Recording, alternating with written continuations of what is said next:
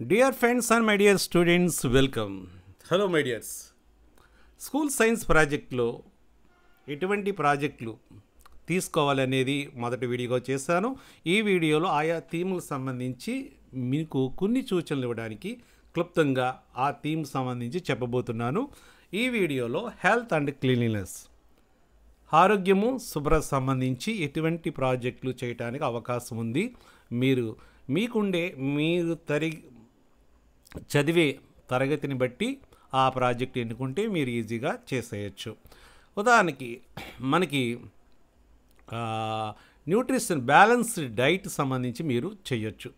అంటే ఒక సగటు మనిషి ఎటువంటి ఆహారం తీసుకుంటే రోజుకి బాగుంటుందనేది మీకు ఒక అంచనాగా తీసుకొని చేస్తే ఒక ప్రాజెక్టు బాగుంటుంది. కార్బోహైడ్రేట్స్, ప్రోటీన్స్, ఫ్యాట్స్, అలాగే విటమిన్స్, ఇలా రకరకాలుగా ఫైబర్ ఫుడ్ ఎట్లా ఉంటుంది, ఇలా రకరకాలుగా ఒక బ్యాలెన్స్ డైట్ అంటే సంతులిత ఆహారము ఎలా తయారు చేసుకుంటే బాగుంటుంది, అలాగే తక్కువ ఖరీదులో సంతులిత ఆహారాన్ని ఏ విధంగా తయారు చేసుకోవచ్చు, అటువంటి ఆహారాన్ని మీరు ప్రాజెక్టు ద్వారా పరిచయం చేయొచ్చు. ఓకేనా?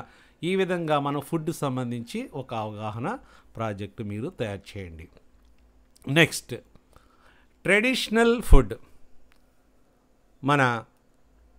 ఎప్పుడైతే మనకి ఫెస్టివల్స్ వచ్చాయో ఆ ఫెస్టివల్కి సంబంధించి రకరకాల ఫుడ్స్ మనం చూస్తూ ఉంటాము. అలాగే మనము అంటే సాంప్రదాయకమైన వంటలు. ఇప్పుడు రకరకాల జంక్ ఫుడ్స్ అనేవి మనకు మార్కెట్లో అందుబాటులోకి వచ్చేసాయి. పిజ్జాలని, పానీపూరి లాంటివి.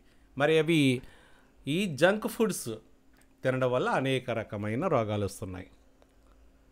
కాబట్టి సాంప్రదాయక వంటలకు సంబంధించి మనము ఏ వంటల ద్వారా ఎటువంటి పోషకాలు లభిస్తాయి అనేది మీరు ప్రాజెక్టుగా చేయొచ్చు. చిన్నతనంలో అంటే ఇప్పుడున్న పెద్దవారు చిన్నతనంలో వారికి పప్పు బెల్లాలు పెట్టేవారు. అంటే వేపిన శనగ, బెల్లం, అటుకులు, పచ్చి కొబ్బరి వంటివి ఎక్కువగా అల్పాహారంగా పెట్టేవారు. అలాగే చాలా ఫెస్టివల్లో కూడా వీటిని పంచేవారు. అంటే వీటిలో ఉండే పోషకాలు కార్బోహైడ్రేట్స్ కావచ్చు, ఐరన్ కావచ్చు, అలాగే ప్రోటీన్స్ కావచ్చు, ఏముంటాయి అనేది మీరు చక్కగా వీటి మీద మీరు ప్రాజెక్టు చేయొచ్చు. అలాగే పండుగలకి రకరకాల వంటలు వండుతూ ఉంటారు. ఈ వంటలు ఎట్లా ఉంటాయంటే సీజనల్గా దొరికే, ఉగాదికి ఒక రకం వండుతారు, సంక్రాంతికి వేరేగా ఉంటుంది, అలాగే దీపావళికి, అంటే ఆయా సీజన్స్ని బట్టి కూడా ఈ సాంప్రదాయక వంటలు మారుతూ ఉంటాయి. ఆ మెనూను మీరు ఆ యొక్క వంటకంలో ఏమున్నాయి, సైన్స్ ప్రకారం ఎటువంటి పోషకాలు ఉన్నాయి, ఈ న్యూట్రియంట్స్ ఏ విధంగా ఉపయోగపడతాయి, ఆ విధంగా మీరు ప్రాజెక్టుగా సమర్పించవచ్చు. ఇప్పుడన్నీ కూడా ఇది వరకు మన తాతల కాలం నాటు ఏం తిన్నామో అవే ఫుడ్స్ని ఇప్పుడు మోడర్న్గా ఆ యొక్క హోటల్స్లో కానీ స్వీట్ షాపుల్లో కానీ అమ్ముతున్నారు. పోకండ్లు, పొంగడాలు, చలివిడి, నూపప్పు ఉండలు, ఇలా రకరకాల ట్రెడిషనల్ ఫుడ్ అనేది మనకు అందుబాటులో ఉంది. వీటికి సంబంధించి మీరు చక్కగా ప్రాజెక్టులు చేయొచ్చు. నెక్స్ట్, మనము టిఫిన్ సంబంధించి రకరకాల టిఫిన్లు చేస్తాం. ఈ టిఫిన్ చేసేటప్పుడు పిల్లలకి ఇష్టంగా ఉండాలి. అంటే వాటిలో రకరకాల పదార్థాలు మనం వేయడం ద్వారా మనము మంచి పోషకాలు వారికి అందే విధంగా మనం అల్పాహారాలకు సంబంధించి కూడా మీరు రకరకాల ప్రాజెక్ట్స్ను చేయొచ్చు. దాంట్లో కాయగూరలు వేయడం, డ్రై ఫ్రూట్స్ వేయడం, ఇలాగా పచ్చి బఠానీ వంటి పోషకాలు బలవర్ధకమైన ఆహారాన్ని అందించే ప్రయత్నం ద్వారా ఒక ప్రాజెక్టు మీరు చేసుకోవచ్చు. Next, seasonal fruits. దీనికి సంబంధించి రకరకాల ఫ్రూట్స్ మనకు అందుతూ ఉంటాయి. వీటికి సంబంధించి కూడా మీరు చేయొచ్చు. ఎందుకంటే ఇక్కడ మనం తీసుకున్నది ఆయా పళ్ళకు సంబంధించి రసాయనాలు కలుపుతూ మన ఆరోగ్యానికి చేటు తెస్తున్నారు. వీటి పైన పూత పూయడం కానీ, రసాయనాల్లో ముంచడం కానీ, త్వరగా మొగ్గడానికి వాళ్ళు ఏదో రకంగా స్ప్రే చేయడం కానీ చేస్తూ ఉంటారు. వాటికి సంబంధించి మీరు ఏ పదార్థాలు త్వరగా కుళ్ళిపోవటానికి ఏ రసాయనాలు వేస్తున్నారో వాటికి సంబంధించి కూడా ప్రాజెక్టు మీరు చేయొచ్చు. Next packets.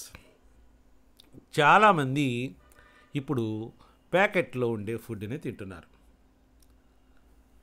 కొన్ని ప్యాకెట్స్ మీద ఎక్స్పైర్ డేట్ అనేది ఉంటుంది, కొన్ని ప్యాకెట్స్ మీద ఉండదు.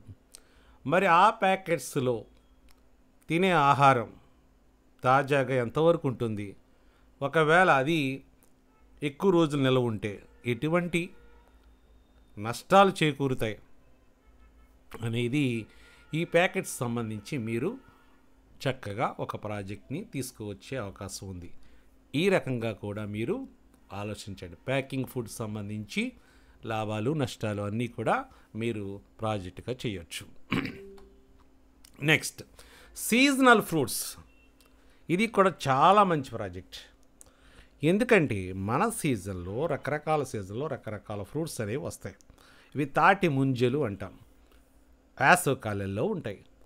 వేసవికాల తాటి ముంజలు తినడం వల్ల మనకు దాహం తగ్గుతుంది, దాహార్తి తీరుస్తాయి. మరి వీటిలో ఎటువంటి పోషకాలు ఉన్నాయి, ఏ రకంగా మనం ఉపశమనం పొందుతామని రాయొచ్చు. అలాగే అరటి, మనకి కొబ్బరి పువ్వులు, ఇవి కూడా కొన్ని ప్రాంతాల్లో దొరుకుతూ ఉంటాయి. వీటి వల్ల కూడా మనకి ప్రయోజనం ఏంటి అని. అలా పుచ్చకాయ వేసవికాలంలో దొరికేది. అలాగే రకరకాల పళ్ళు, యాపిల్స్ లాగా ఉన్నాయి కానీ యాపిల్స్ కాదు, ఏంటో చూడండి. వీటి పేరు మీకు తెలిసే ఉంటుంది. ఇది కూడా ఒక సీజనల్ ఫ్రూట్గా మనం తీసుకుంటాం. ఓకే, ఈ విధంగా వీటి గురించి కూడా సీజనల్ ఫ్రూట్స్, మన సీతాఫలం కావచ్చు, మామిడి కావచ్చు, రకరకాల మీ ఏరియాలో సాధారణంగా మీరు తినే పళ్ళు సంబంధించి ఆయా సీజన్ సంబంధించి ఆయా కాలాల్లో తినే ఫ్రూట్స్ సంబంధించి మీరు ఒక ప్రాజెక్టు చేయొచ్చు. ఓకేనా. అలాగే సీజనల్ ఫ్రూట్స్లో వెజిటేబుల్స్ కూడా మనము దీన్ని తీసుకోవచ్చు. ఇలాంటివి కూడా మనం దొరుకుతుంటాయి. దీనికి ఆహారంగా ఏ విధంగా ఉపయోగపడతాయి అనేది ఇవి కూడా మనం తీసుకోవచ్చు. ఇక వెజిటేబుల్స్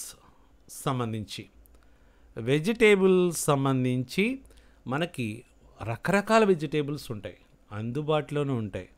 ఏ వెజిటేబుల్స్ మనకి ఆహారంగా చక్కగా వినియోగించుకోవచ్చు, ఏ వెజిటేబుల్ ద్వారా మనకి ఎటువంటి విటమిన్స్ అందుతున్నాయి ఒక టేబుల్ ఫామ్గా చెప్పడం. అలాగే వారానికి కానీ లేకపోతే రోజువారీ కానీ ఎంత తినవచ్చు, లేకపోతే నెలకి మనము ఎంతవరకు ఆహారము తీసుకోవచ్చు, వాటి వల్ల ఎంత శక్తి వస్తుంది, ఆ విధంగా కూడా మీరు ఒక ప్రజెంటేషన్ అనేది ఇచ్చే అవకాశం ఉంది. నెక్స్ట్ ఇక్కడ చూడండి, ఇవి కూడా చాలా హెల్దీ. ఇవి తెలుసు కదా, మొలకెత్తిన విత్తనాలు. ఇవి పల్లీలు, అవునా. ఇవి మీకు ఇష్టమైనవి స్వీట్ కార్న్. ఇవి చాలా హెల్దీగా ఉంటాయి, చాలా చక్కగా మన ఇంట్లోనే తయారు చేసుకోవచ్చు. ఈ విధంగా వీటి గురించి, వీటిలో ఉండే పోషకాల గురించి, ఇవి తినడం వల్ల కలిగే లాభాల గురించి ఎప్పుడు తినాలి, ఒకవేళ వీటిని ఎలా తయారు చేసుకోవాలి, వీటిలో ఏమైనా కెమికల్స్ కలపొచ్చా, కలపకుండా తినాలా, ఇన్ని విషయాల ద్వారా మనం హెల్దీ ఫుడ్ అనేది చక్కగా మీరు ఒక ప్రాజెక్టుగా తయారు చేయొచ్చు అన్నమాట. చాలా చక్కగా ఉంటుంది, వాటి బట్టి కూడా ప్రాజెక్ట్ చేయొచ్చు. ఇక కొన్ని చోట్ల ప్రత్యేకమైన వంటకాలు ఉంటాయి. దీన్ని కోనసీమ పొట్టిక్కలు అంటారు. చాలామంది మన టెక్స్ట్ బుక్లో కూడా ఇవ్వడం జరిగింది. ఇవి ఇడ్లీలు, కానీ పనసాకులో వేసి ఆ పిండిని నీటి ఆవిరి ద్వారా ఉడికించే పద్ధతి. దీనివల్ల ఈ యొక్క పొట్టిక్కలకి చాలా టేస్ట్ వస్తుంది. ఇది చాలా హెల్దీ ఫుడ్. ఇటువంటి ఫుడ్ను కూడా మీరు ఒక ప్రాజెక్టుగా తయారు చేసుకోవచ్చు. మీ ఏరియాలో ఇటు రకమైన వంటకం ఉంటే దీనివల్ల ఇన్ని ప్రయోజనాలు ఉన్నాయని మీరు తెలియచేయచ్చు. ఈ విధంగా మనం చూసుకుంటూ వెళ్తే నెక్స్ట్ ఇక్కడ ఇవి తెలుసు వడియాలు. ఇవెందుకు ప్రాజెక్టు అంటే మనము అన్ని కాలాల్లో అన్ని రకాల కూరగాయలు దొరకకపోవచ్చు, కొన్ని అన్ సీజన్లో రైనీ సీజన్లో కావచ్చు, కొన్ని పంటలు పాడైపోవచ్చు. అలాంటప్పుడు మన సాంప్రదాయ పద్ధతిలో కొన్ని మనకి వడియాలు పెట్టడం జరుగుతుంది. రకరకాల వడియాలు పెడతారు కదా, ఇవి మనకి అవసరమైనప్పుడు వీటిని మనం వేయించుకుని లేదా ఉడికించుకుని లేకపోతే మన కూరల్లో వేసుకొని తింటాం. దీని ద్వారా కూడా మనకి హెల్త్ పరంగా మనము సొంతంగా తయారు చేసుకోవడం ద్వారా హెల్తీగా ఉండడానికి మన సాంప్రదాయమైన పద్ధతిలో ఒక ప్రాజెక్టు చేసుకునే అవకాశం ఉంటుంది. ఈ విధంగా నేను చెప్పే కొన్ని విషయాలు మాత్రమే, మీరు ఇంకా వీటి గురించి ఆలోచించండి. ఎటువంటి ఫుడ్ ఐటమ్స్ మనం తీసుకుంటే మన హెల్త్ బాగుంటుంది, ఇది ఎలా చేయొచ్చు అనే రకరకాల ప్రాజెక్టులు మనం చేసుకునే అవకాశం ఉంటుంది. కానీ ఒకటి మాత్రం గుర్తించాలి, ప్రతి ప్రాజెక్టు తీసుకున్నప్పుడు ఈ ఫుడ్కి సంబంధించి వాటిలో ఉండే ఇంగ్రీడియంట్స్ లేకపోతే న్యూట్రియంట్స్ అంటే దాంట్లో పోషకాలు ఏమున్నాయి, కార్బోహైడ్రేట్స్, ప్రోటీన్స్, ఫ్యాట్స్, తర్వాత ఆయిల్ సంబంధించి కావచ్చు, ఫైబర్ కావచ్చు, విటమిన్స్ కావచ్చు, ఇవన్నీ కూడా రకరకాలు ఏమున్నాయి, దీనివల్ల ప్రత్యేకంగా మనకి ఏమి మేలు చేకూరుతుంది సైంటిఫిక్ యాటిట్యూడ్లో ఖచ్చితంగా రాయవలసి ఉంటుంది ప్రాజెక్ట్. అప్పుడే మనకి ఆ యొక్క ప్రాజెక్ట్కి మంచి మార్కులు పడే అవకాశం ఉంటుంది. ఏదో సాదాసీదాగా ఎలా బాగుంటుంది దీనివల్ల మనం బలవంతులు అవుతాము అనే పద్ధతిలో కాకుండా మనము ఒక ప్రూఫ్ దాంట్లో ఏమున్నాయి, దీన్ని ఈ ఫుడ్ని తినడం వల్ల మనకి ఎటువంటి పోషకాలు అందుతాయి మన శరీరానికి అని మీరు ఆలోచించి సైంటిఫిక్గా మాత్రము డేటా మాత్రం ఇవ్వాల్సి ఉంటుంది. ఓకేనా? మరికొన్ని ఐడియాస్తో మీ ముందుంటాను. అందాక ఈ ప్రాజెక్ట్స్పై దృష్టి పెట్టండి. అలాగే ఫుడ్ గురించి ఇంకా రకరకాల ఫుడ్ గురించి ఆలోచనలు వస్తే వాటి గురించి ఆలోచించండి. All the best. Thank you.